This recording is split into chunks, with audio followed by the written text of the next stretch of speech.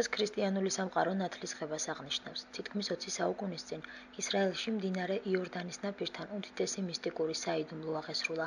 უფალი ჩვენი იესო ქრისტე თავის წინამორბედთან იოანესთან მივიდა, რომელიც იუდეველებს მდინარე იორდანეში ნათელს სცემდა სინანულის ნათლისღებით. მას მხოლოდ განსაწმენდი მნიშვნელობა ჰქონდა და არა მაცხონებელი დატვირთვა. წმინდა ნათლისღებით ყოველ ადამიანს გაეღება ახალი აღთქმის ეკლესიის კარი. მხოლოდ ნაცვლობის შემდეგ გვეძლევა უფლება მონაწილეობა მივიღოთ 60 სიქულო ეკლესიებში აღსრულებულ საიდუმლოებებში. ღმერთმა დაგლოცოთ, გაგახაროთ, გაგაძლიეროთ. მე მინდა გთხოვოთ, ჩვენ მივემსავრებით ხვალ მოსკოვში და ძალიან საპროგრამო და საკითხებზე გვექნება ჩვენი საუბარი და თქვენ ილოცეთ, შეავედრეთ საქართველოს უფალს და რაც შეიძლება, რამდენიც შეიძლიათ, ილოცეთ მოწყარებისა კარი გამგვიღეთ.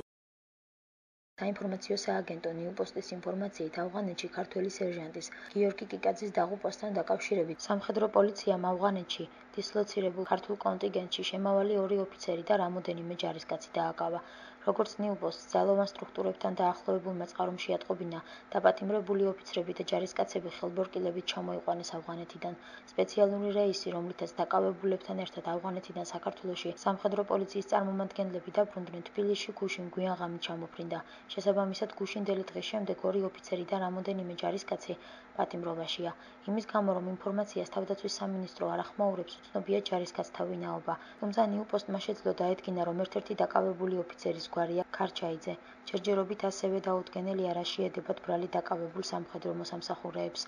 შეგახსენებთ, რომ სერჟანტი გიორგი კიკაძე ავღანეთში 2012 წლის ოქტომბერში გაემგზავრა, 19 დეკემბერს კი გაუჩინარდა.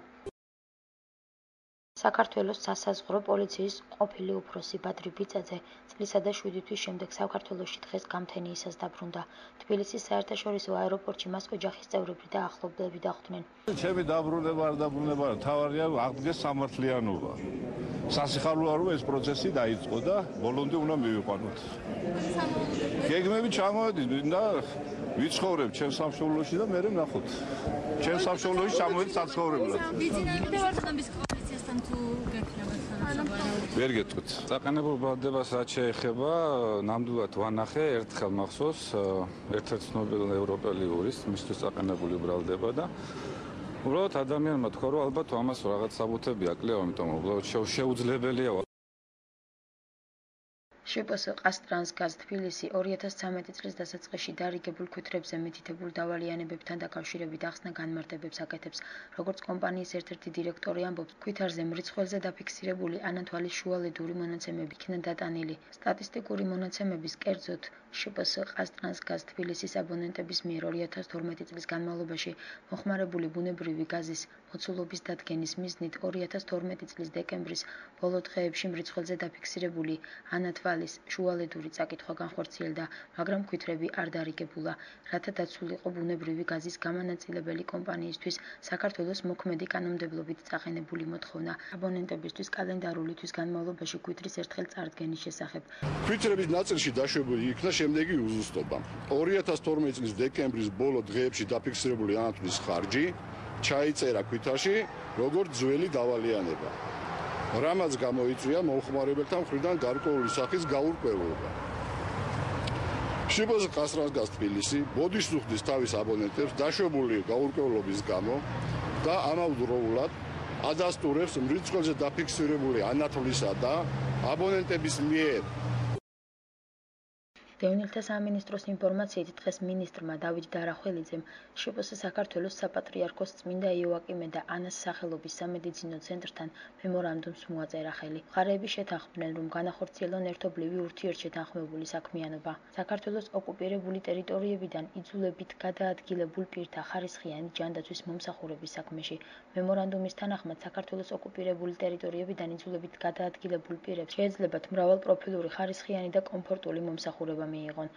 მოახდინა ცენტრის დღევანდელმა აღჭურვილობამ, მდგომარეობამ და ინფორმაციამ აქაური მომუშავე პერსონალის შესახებ ძალიან დიდი შთაბეჭდილება და მე იმედი მაქვს, რომ ჩვენი შეწირვებული დევნილები, რომლებიც 20 წელია მძიმე მდგომარეობაში არიან, რაღაც შეღავაც უფლისწყალობით და ამ შესანიშნავი ადამიანების დახმარებით მიიღებენ თავიანთი ჯანმრთელობის გასაუმჯობესებლად. მათ ნამდვილად განსაკუთრებული მოფერება ჭირდება და ამიტომაც ჩვენ ბატონ დავითთან მივედით და შევთავაზეთ ჩვენი ის მოგზალებული დახმარება და რასაც შევძლებთ ყველაფერს გავუკეთებთ. ის ადამიანები, ვინ ჩვენთან მოვლენ, ნამდვილად კმაყოფილებით დარჩებიან, იმიტომ რომ ჩვენი ცენტრის ძირითადი ამოცანაა, რომ ჩვენ უნდა ვიზრუნოთ პაციენტს.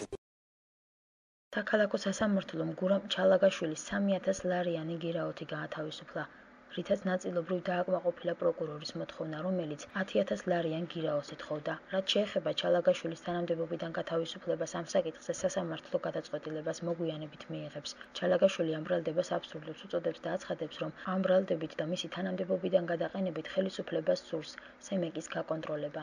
1000-იანი გირაო შეცვალა 3000 ლარით, მაგრამ ამას არ არსებითი მნიშვნელობა, ხო მარტივად რაც შემიძლია თქვა, პროკურატურის წესრიგება ვერ წარმოადგენდა, ეს არის სრული აბსურდის თეატრი, ეს არის პოლიტიკური დაკვეთა იმაზე, რომ მარეგულირ ორგანოს ახლა ერთადერთი საქართველოში, რომელსაც არ ყავს ბაკონტროლებელი, რომელზეც ვერ ახორციელებს ვერავინ კონტროლს და აი ამ გზით ალბათ ცდილობენ მავალი და მავანი, რომ გარკვეული სახის კონტროლი განახორციელონ კომისიაზე. ასევე წარდგენილი არის შუამდგომლობა სასამართლოში ჩემი თანამდებობიდან გადაყენების მოთხოვნის შესახებ, რომელსაც სასამართლო განიხილავს ზეპირი მოსმენის გარეშე და ნახოთ დაველოდოთ, ვფიქრობ, რომ ამ შემთხვევაში სრულად იქნება იგნორირებული პროკურატურის მოთხოვნა, იმიტომ რომ არის აბსოლუტურად უკანონო, არის სრული აბსურდი, ეს არის თეატრი, დადგმული სპექტაკლი, რომელსაც აქვს პოლიტიკური დაკვეთა და ამ გზით ცდილობენ დღეს რომ რაღაც კონტროლი განახორციელონ კომისიაზე.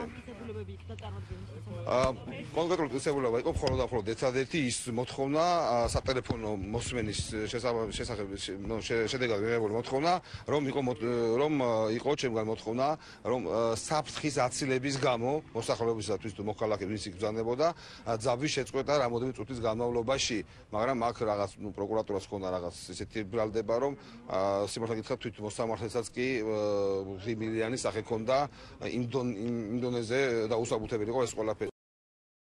სოფელ ალვანში სტალინის ძეგლი ღამით ვარდისფრად შეღებეს. თვითმხილველებმა ვარდისფრად გადაღებილი ძეგლი დღეს გამთენიისას ნახეს. შეგახსენებთ, რომ ძეგლი ალვანში 1 წლის წინ აიღეს, თუმცა 21 დეკემბერს სტალინის დაბადების დღეზე ძველ ადგილას დააბრუნეს.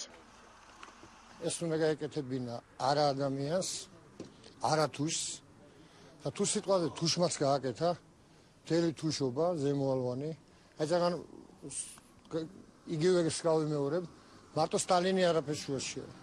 პიროვნებას კი არ დაასხეს. თეთუშეს დაასხეს ლაფი. დაასხეს საქართველოს თავისუფლებისთვის, აი დაბლა. ხო ხედავთ, მანდაც კრას გაადასხა. ეს არის არა ადამიანის გაკეთება. მე მომწონს თუ არ მომწონს, მაგას არ აქვს მნიშვნელობა. სოფელმა ეგრევე გადაწყვიტა. იყოს და მე მგონი ქვეყნის განვითარებას ეს ძეგლები არ უშლის.